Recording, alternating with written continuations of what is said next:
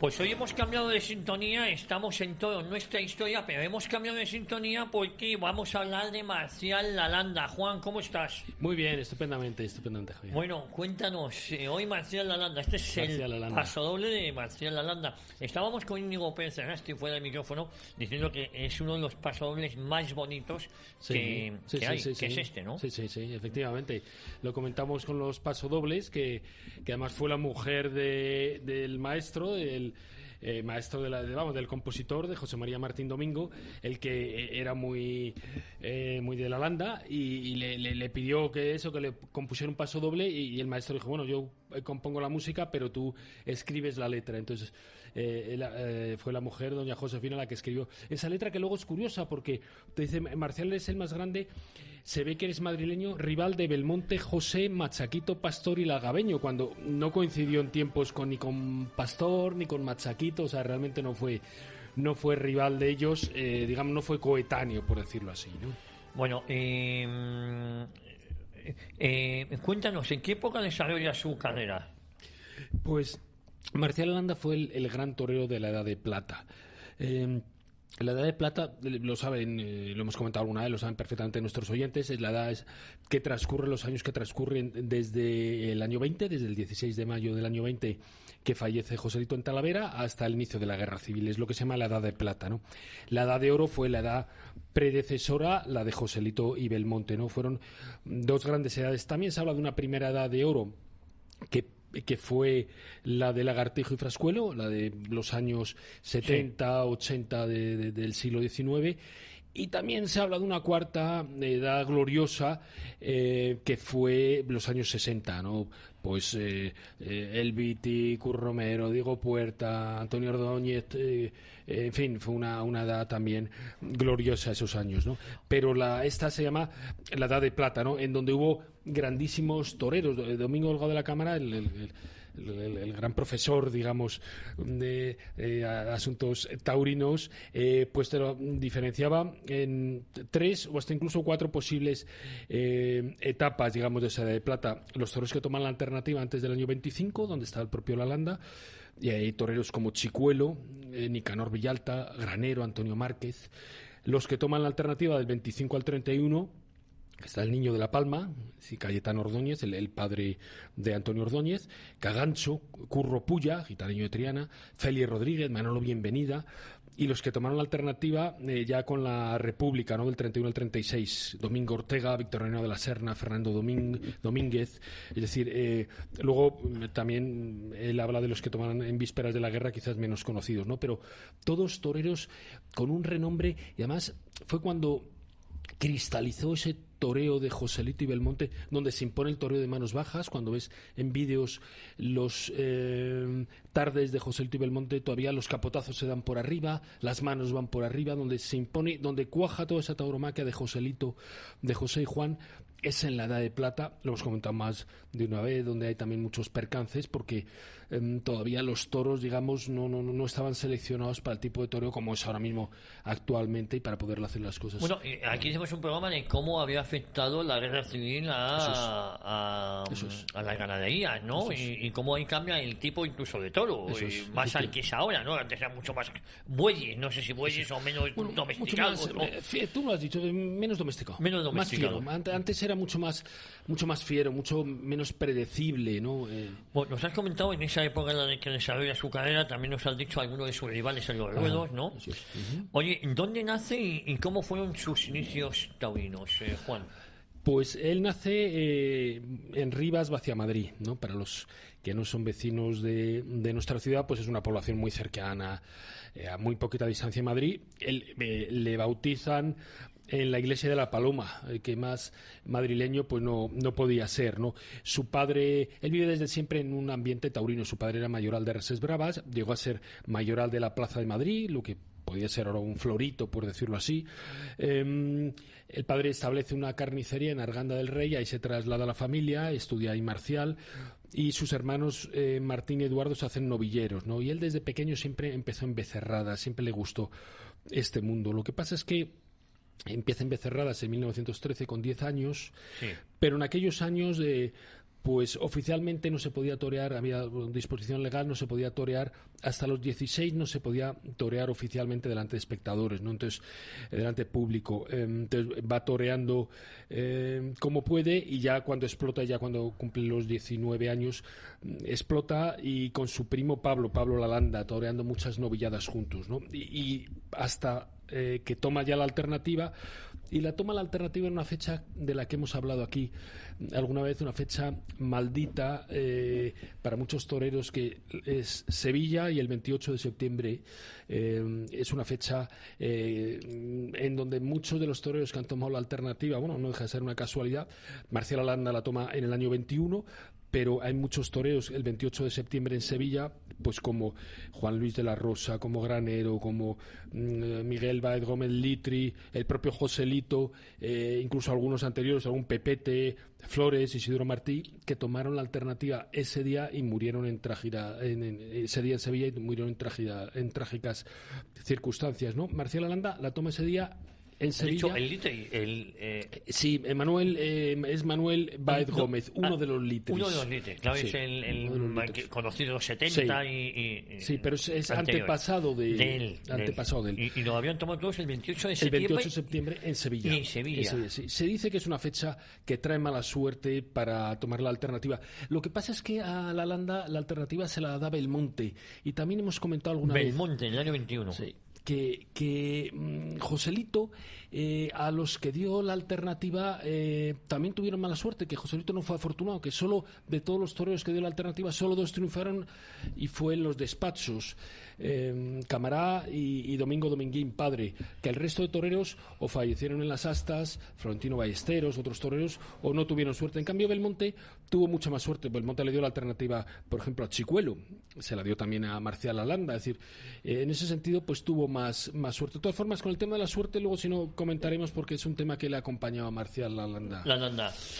Oye, ¿cómo fue su carrera, Juan? La carrera de Marcial Lalanda, porque ha pasado pues un grandísimo torero. Bueno, y dándote la alternativa, claro, en Belmonte, sí. Un Belmonte que ya estaría en retirada, ¿no? No. Bueno, el año 21. Belmonte hasta los 30. Hasta el 35. Pero tuvo varias retiradas. Sí, tuvo varias retiradas y vueltas. Quizás sí fue el final de su primera época, ¿no? A punto de retirarse por primera vez en el año 21. La carrera de Lalanda, pues Marcial Lalanda fue el torero por excelencia de la Edad de Plata. Fue el torero que marca toda la Edad de Plata y que representa toda la Edad de Plata, porque él empieza a torear en el año 20. Como alternativa en el año 21, lo que he comentado antes, y se retira pues ya pasada la guerra, en el año 42. Y ahí torea todas las temporadas un número significativo de festejos. La alternativa la toma en el año 21 y el año 22 empieza ya liderando el escalafón. Torea 79 festejos, que en aquella época eran muchos, 79 festejos.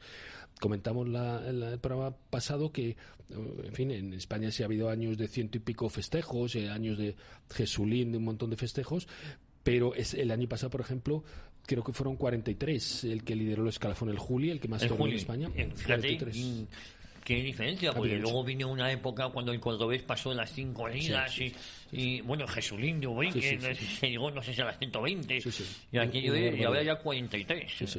Ha disminuido. Y en la época de Lalanda, pues Lalanda torea 79 en el año 22, luego 48, 49, 72 en el año 25, que vuelve a liderar, 53, 51, 42, 85.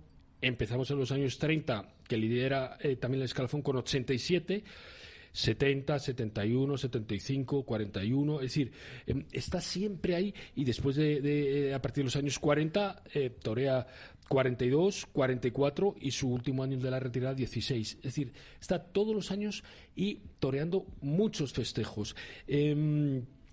Lo que sí es curioso, cuando comentaba su carrera, sí es curioso, te lees la biografía en el Cosillo y siempre, normalmente en estos toreros figuras se habla pues de una gran tarde, o se suele hablar de toros, se recuerdan toros, ¿no? En el caso de Marcial Lalanda, no. Yo el otro día, por curiosidad, me leía la biografía del Cosillo y fíjate, todo lo más que cita en concreto. Te habla de la tarde del 29 de agosto de 1929 en Barcelona. Te dice, al encerrarse con estados de Enriqueta de la Cova, que salieron 4 mansos definitivos, un toro bravo y un burriciego de difícil lidia. Burriciego, que ve bien de lejos, ve mal de cerca. Pero 4 mansos definitivos. Hoy en día salen 4 mansos definitivos una tarde y la tarde sería un auténtico desastre. Aquella fue una gran tarde Marcial Alanda. Pero lo que comentaba antes, no aparecen nombres de toros. Quizás el ejemplo totalmente contrario pudo ser el de otro gran torero de aquellos años, Chicuelo, por ejemplo. Chicuelo, que fue un gran torero, pero cuando hablas de Chicuelo se recuerda siempre la faena del Graciliano en Madrid del año 28 a Corchaito, y Chicuelo ha ido siempre unido a una tarde y una grandísima faena a un toro que todo el mundo casi, en fin, le sale el nombre de corrido, Corchaito, ¿no? Marcial Alanda, dices, nombres de grandes toros que haya toreo a Marcial Alanda, y es casi más la trayectoria, no grandes faenas que en un momento dado... Sí, sino todo su conjunto, ¿no? Eso es. Oye, pero en definitiva, ¿cómo consideraría su carrera? ¿De brillante? Brillantísima, o sea, realmente fue una carrera muy estable, siempre estar ahí, muy constante. Lo que pasa es que no fuese... Estamos hablando de los años 20, años 30, en donde, por ejemplo, Corrochano escribía de Cagancho, es la talla de Montañés, y solo esa crónica encumbraba a Cagancho, o de Curro Puya, no se te para el corazón cuando toreas, y solo esa crónica. El Alanda, pues no había esa crónica. ¿Por qué? Porque era un torero seguro. Era un torero que no, una tarde en un momento no le salía, como a veces se decía de Belmonte, ¿no? Que salía su toro azul, es decir, el toro con el que estaba Cumbre Belmonte. Eso no pasaba. Una gran tarde, una grandísima tarde fíjate, que a lo mejor es una paradoja y nos recuerda un poco a lo que le sucedió a Esplá en 2009 con Beato, el toro victoriano del Río. Una de las grandísimas tardes que se recuerda de la Alanda fue la fecha de su retirada, el 18 de octubre del 42, que fue además curiosa, porque toreó con Pepe Luis Vázquez y con Juan Mari Pérez Tabernero, que se lidiaban toros de... Juan Mari Pérez Tabernero confirmaba la alternativa, y se lidiaban toros del padre de Juan Mari, de Antonio Pérez. De la ganadería Pérez Tabernero. Pérez Tabernero, sí, Pérez de San Fernando, que se decía así, vamos, Pérez Tabernero. Juan Mari fue cogido, o sea, yo no sé si en la historia hay sucesos en donde alguien que confirma la alternativa con la ganadería familiar... le coge el mismo toro. Le coge el mismo toro. Y el mismo día se retiraba la Alanda. Y ese mismo día se retiraba Marcial Alanda. Y ese día fue una tarde gloriosa. Se recuerda a eso, como fue la retirada de Esplá. En el primer toro, parece que un banderillero, el Cárdenas, fue multado porque en pleno fervor, en el primer toro de la Alanda, le cortó el rabo y la pata en Madrid sin la preceptiva y lógica autorización, en fin, que no la hubo ni la... No se la dio físicamente, ¿no? Pero le cortó, entonces le multaron. Pero fue una tarde... Siempre se habla de las retiradas, cuando la retirada de Esplá siempre se recordaba. Siempre. Desde la retirada de Marcial Alanda no ha habido una retirada igual, pero fue una tarde gloriosa. Y casi fue la retirada... Pues eso, de toda una época del toreo, ¿no?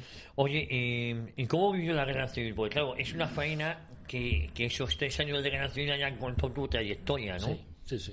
¿Por qué años tendría cuando se retiró la Alanda en el 42 y nace...? Pues era en 1903, él nace en 1903, con lo cual, pues 39, ¿no? 39 años, 39. Sí, que para un torero además en esa época ya era mayorcito, ¿no? Ahora ya yo creo que los toreros se retiran... Dice José Joaquín Moreno, el ganadero de Saltillo, lo que dice muchas veces, que duran más que los notarios. Sí. Que un gran problema es que los toreros que no se retiran, ¿no? Antes cedían el paso, ahora no, ahora duran más que los notarios. Bueno, ¿cómo vive la Guerra Civil? Pues mira, los prolegómenos de la guerra, Marcial Alanda era el torero de referencia, ya tuvo una posición que le hizo ser o significarse, por decirlo así, no digo ya políticamente un bando de otro, pero sí tener una posición significativa dentro de los toreros. Por ejemplo, con el tema del conflicto con los toros mexicanos. Es decir, vienen muchos toreros de México. En Falla del 36 llega Armillita, llega Silverio Pérez, llega Lorenzo Garza, y empiezan a quitar tardes a toreros españoles. Entonces, en mayo el 3 de mayo se publicó una disposición legal en la que se pedían determinados requisitos a los toreros mexicanos para poder torear en España. Para poder torear. Y llega el festejo de San Isidro del 15 de mayo del 36 y Marcial Lalanda pues le pide al apoderado de Armillita, ese día toreaba Lalanda con Bienvenida y con Ortega, le pide al apoderado de Armillita los papeles de Armillita.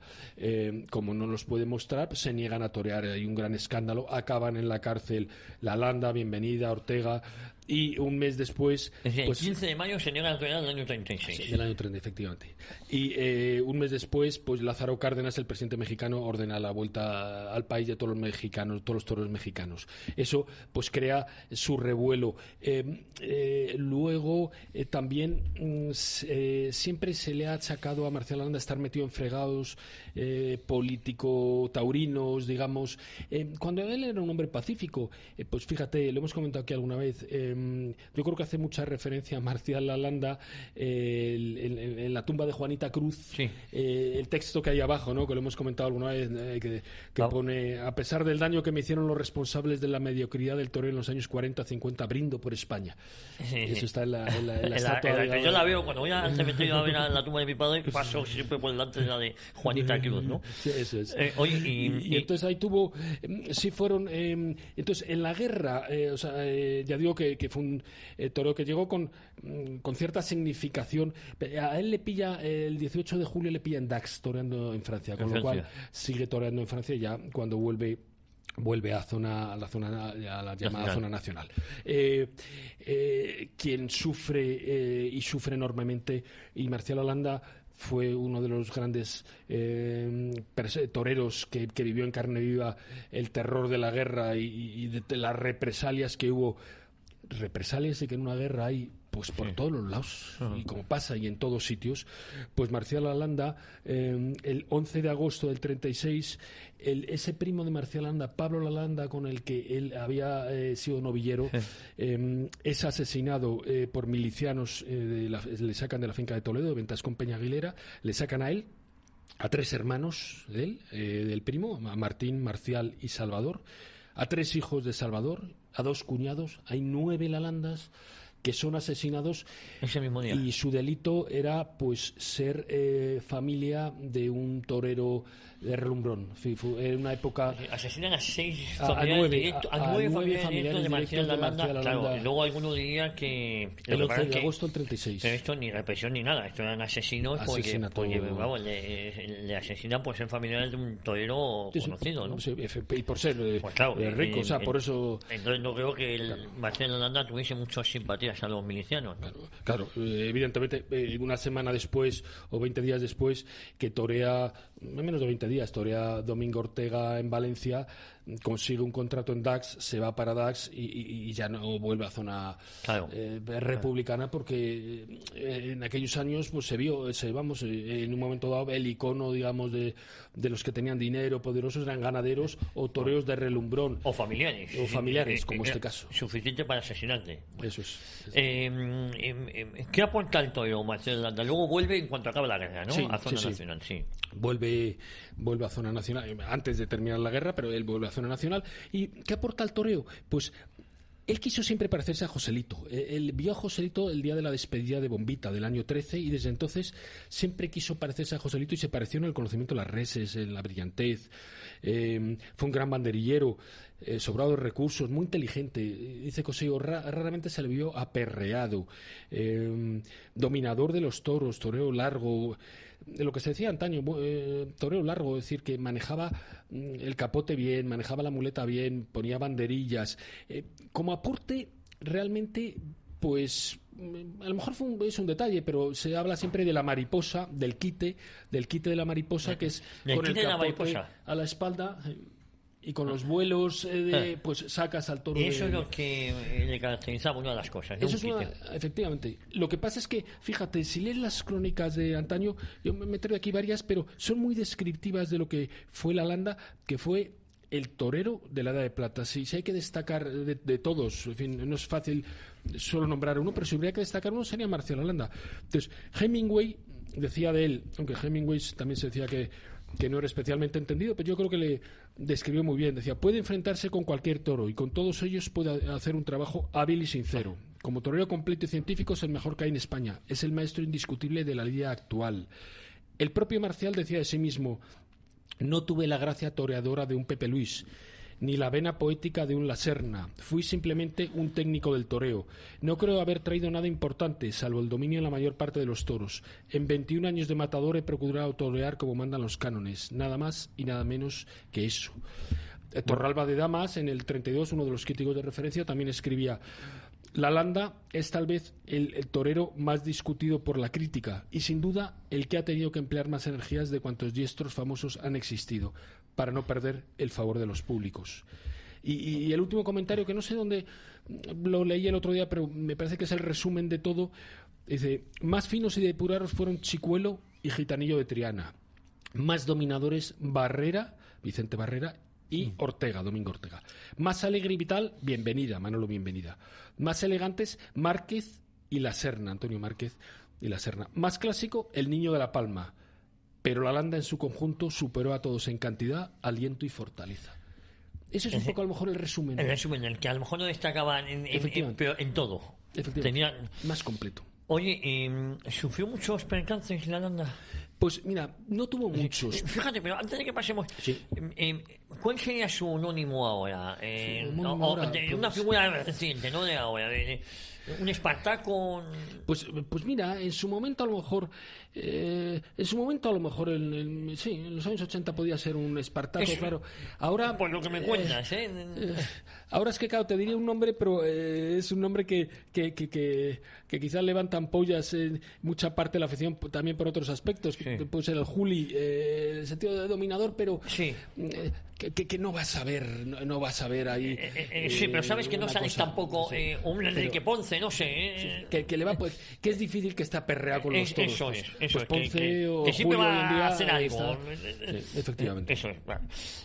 ¿Sufrió muchos percances? Pues mira, solo tuvo 4 percances importantes. Lo que pasa es que sí vio muchos percances. Yo creo que los percances de la Landa, casi más que los que sufrió, son los que vio. Y por eso, de alguna forma, se le acusa, no me gusta la expresión, pero es cierto, y además me parece que es muy injusta, porque suficiente mala suerte es ver morir a compañeros en la plaza como para que luego te pongan un remoquete, te pongan un apodo, ¿no? Pero pues a la Landa sí, de alguna forma el tema de ser un torero gafe, por decirlo así claramente, ¿no? Que no se entiendan los oyentes, sí. Se le puso, porque estuvo en las Jornadas Mortales de Granero. Él estaba presente en esa corrida. Estuvo en la Jornada Mortal de Barrelito, de Gitanillo de Triana y de... estuvo en la tarde de Gitanillo en el año 34. El año 34, efectivamente. Sí. El Gitanillo de Triana en el año 34, sí, eso es. El año 34, no, el año 31. Estoy yo el año 31. Yo creo que fue me parece que fue el año 31, Gitanillo de Triana. Bueno, ahí ya me pillas tú, ¿eh? Tú sabes más que yo. Sí, bueno, yo a veces también se me van los años. Me parece que 34 fue Sánchez Mejías. Sánchez, perdóname, seguro que es efectivamente Sánchez Mejías. Y entonces, mira, con la Jornada Mortal de Granero a Joselito. Claro, que hubo otro Gitanillo de Triana que está con Manolete. Eso. Me estaba liando, no, es Sánchez Mejías. Este Gitanillo de Triana es Curro Puya, le llaman Curro Puya. Y está en la y en Valencia a Marcial Alanda fue criticadísimo años después porque le acusaban de no haber hecho el quite Salvador a Granero, cosa que es muy injusta. Y esa tarde, fíjate, te voy a contar una cosa. Os voy a contar a mis oyentes una cosa personal, pero que mi padre estuvo en esa cornada, la de Granero, en la que murió, una cornada por el ojo, ¿no? Por el ojo, sí. Y muy mayor, una noche, un mediodía, después de la siesta, ya el pobrecito se despierta. Han suspendido el festejo. Y yo pensé que se refería a que habían suspendido por lluvia una tarde de San Isidro. Y dije, pero papá, ¿qué festejo? La confirmación de Marcial Alanda. O sea, mi padre recordaba, claro, pues eso, con 14 años le pilló en aquellos años, que ese festejo se suspendió. Y era, claro, cuando dijo la confirmación de Marcial Alanda, dije, joder, se está acordando ahora mismo de la cornada mortal de Granero. De Granero. Por eso a Marcial Landa... ¿Le tienes cariño? Sí, además es que fue un grandísimo torero. Oye, fue presidente del Monte de Montepío. De Montepío, ¿no? Sí, efectivamente. Fue el presidente de Montepío, de la Asociación de Matadores. Estando él de presidente, se levantó el hospital de los toreros, vamos, el que estaba ahí en Bocángel, el Sanatorio de los Toreros, el de Bocángel y Sancho Dávila. Y él siempre se resistió. Efectivamente. Se resistió siempre se resistió a que ese sanatorio desapareciera. Lo que pasa es que al final era inviable, económicamente era inviable. Y escribió varias cartas a la prensa para que no desapareciera ese sanatorio, pero en fin, a nivel financiero era inviable.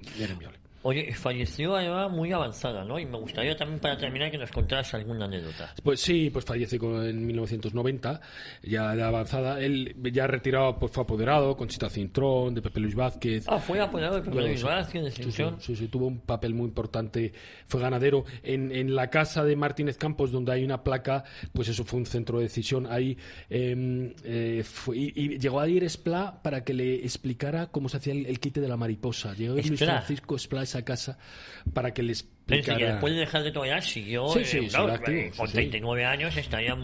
Sí, bueno, fíjate, me decías anécdotas y te voy a contar una anécdota que da imagen de cómo estaba presente en el mundo taurino. En el año 88, esto lo cuenta Lucas Pérez en un libro sobre anécdotas taurinas. En agosto de 1988 en Pontevedra toreaba el Soro y llevaba en la cuadrilla a Manolo Montoliu, el famoso banderillero fallecido.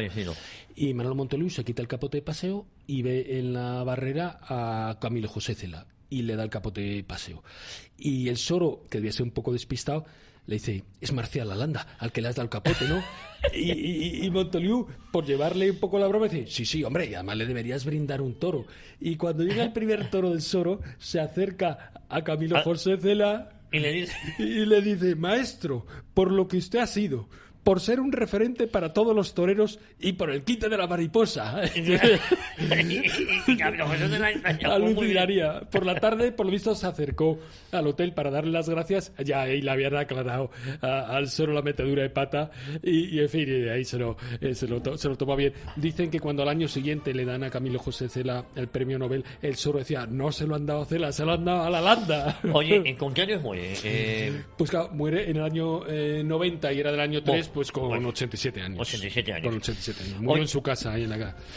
No nos queda nada. El próximo día sí me traes alguna anécdota más de Marcial Landa, porque pero hay una conferencia, solo tenemos tiempo para hablar, las huellas físicas de Joselito. Bueno. ¿Cuándo es? Bueno, muchas gracias. Sí, este sábado a las 12 en Las Ventas se termina el ciclo de conferencias de los de José y Juan. En la quinta conferencia es la menos interesante de todas porque... Pues lo das tú. Ahí es cuando hay que estar. Yo estaré en Albacete, pero el que no vaya a Albacete, que se quede aquí en la sala Antonio Bienvenida. El que quiera ir está invitado a las 12 de la mañana. 12 de la mañana en Las Ventas a la Bienvenida, hablando de las huellas físicas de Joselito. Muchísimas gracias, Juan, y la próxima semana volvemos aquí a Toro en Nuestra Historia. Muchas gracias, Javier. Gracias.